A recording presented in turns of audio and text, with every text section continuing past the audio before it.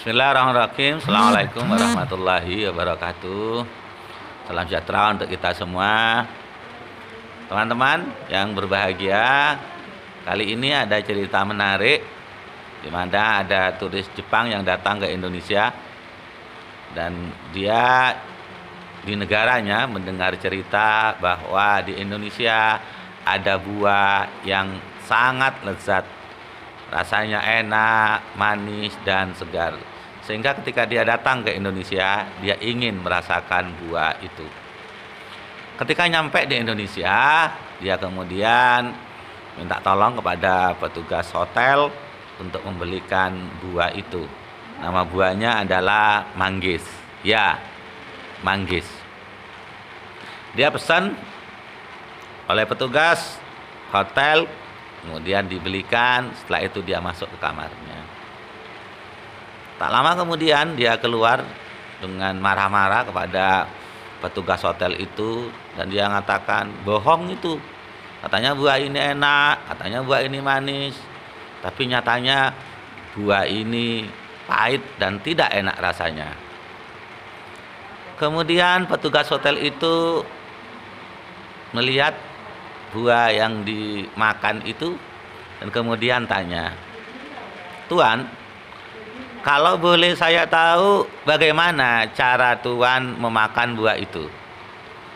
Dan dengan yakin turis dari Jepang itu mengatakan, "Ya sama, cara makannya sama seperti apel. Kemudian saya cuci dengan bersih, kemudian saya makan. Tapi apa yang terjadi? Rasanya pahit dan tidak sesuai seperti apa yang saya bayangkan ketika saya makan buah ini." Dengan tersenyum, petugas hotel itu mengatakan, "Mari Tuan masuk ke kamar." Dan kemudian di kamar itu dia ambil pisau, kemudian ambil buah manggis itu, kemudian buah manggis itu diiris sama pisau, di tengahnya kemudian dibuka sampai kelihatan buahnya, kemudian disodorkan kepada turis itu. "Tuan, silahkan makan." Setelah makan, maka turis itu dengan mengangguk-angguk mengatakan, "Oh, ini betul-betul enak ini. Ini segar dan manis. Luar biasa memang buah manggis dari Indonesia ini." Teman-teman, apa yang salah dengan turis itu?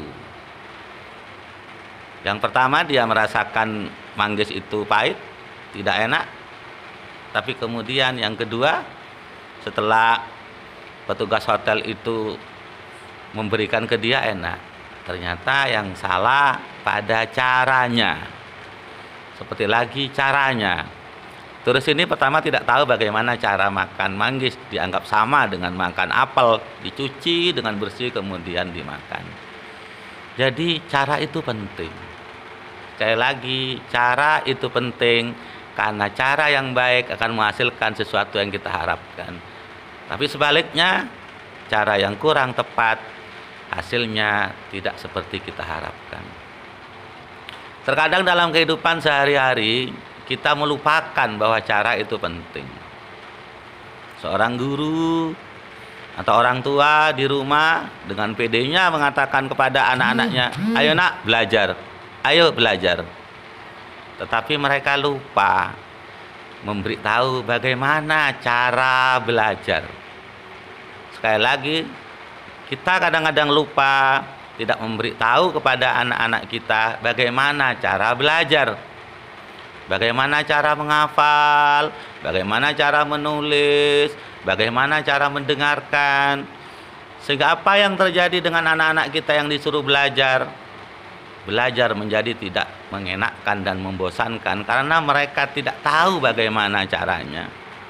Sama seperti kita menyuruh orang renang tapi tidak diberitahu bagaimana caranya renang. Mungkin dia sampai ke tujuan atau mungkin dia akan tenggelam. Seandainya dia sampai, maka akan capek dan kepayahan dia. Untuk itu, teman-teman, penting kita mengetahui caranya. Apapun yang kita inginkan, pelajarin dulu caranya. Lakukan berulang-ulang sampai kita expert, insya Allah hasilnya akan memuaskan. Jadi sekali lagi, apapun yang kita ingin lakukan, pelajarin caranya, lakukan berulang-ulang sampai kita itu mahir, dan insya Allah hasilnya akan luar biasa. Dan jangan lupa sandarkan kepada Allah Subhanahu wa Ta'ala yang maha segalanya. Sebab bagaimanapun usaha kita tetap memerlukan pertolongan Allah. Pepatah mengatakan manusia berencana, Tuhan yang menentukan. Libatkan Allah dalam setiap kegiatan, libatkan Allah dalam suatu aktivitas. Dengan mengetahui caranya, insya Allah hidup kita akan lebih nyaman dan indah. Terima kasih. Assalamualaikum warahmatullahi wabarakatuh.